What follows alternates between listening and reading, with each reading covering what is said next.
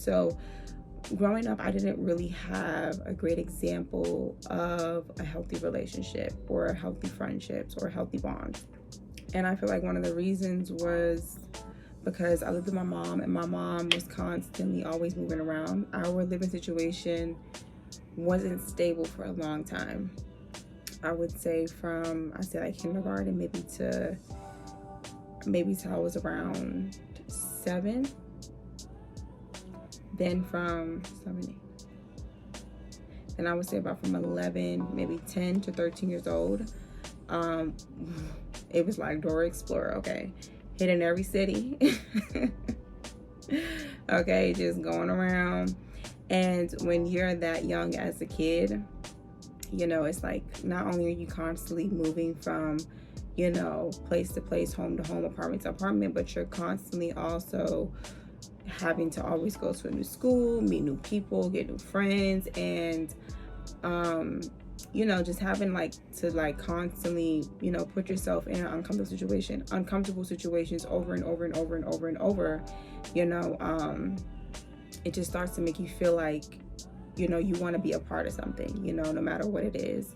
Because especially when you're young in school, them kids ain't nice. Those kids ain't nice. Okay, those kids, they be bullies, they be mean, they be all types of things. And when you're that young, as you get older, you understand why somebody is a bully, why somebody is mean, why somebody is rude to you.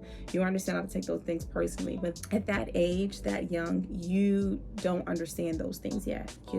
Your mind hasn't grasped those concepts yet, or at least no one has at that age taught me those things yet, or told me those things yet. So I would find myself just wanting to be a part of something, especially just to get away from my reality, from having to always move from place to place to place to place. And I always feel like I could never get too comfortable somewhere, because I would always have to get up and move as soon as I got too comfortable. So I would find myself hanging around with people who just wasn't the best example. And it even makes me think, even though I believe everything happens for a reason, I don't live life with any regrets. But, I wish that I would have had somebody give me, a right example of who to hang around, who to make friends with, or even someone to tell me that you don't have to shape-shift yourself to please other people, to be around other people.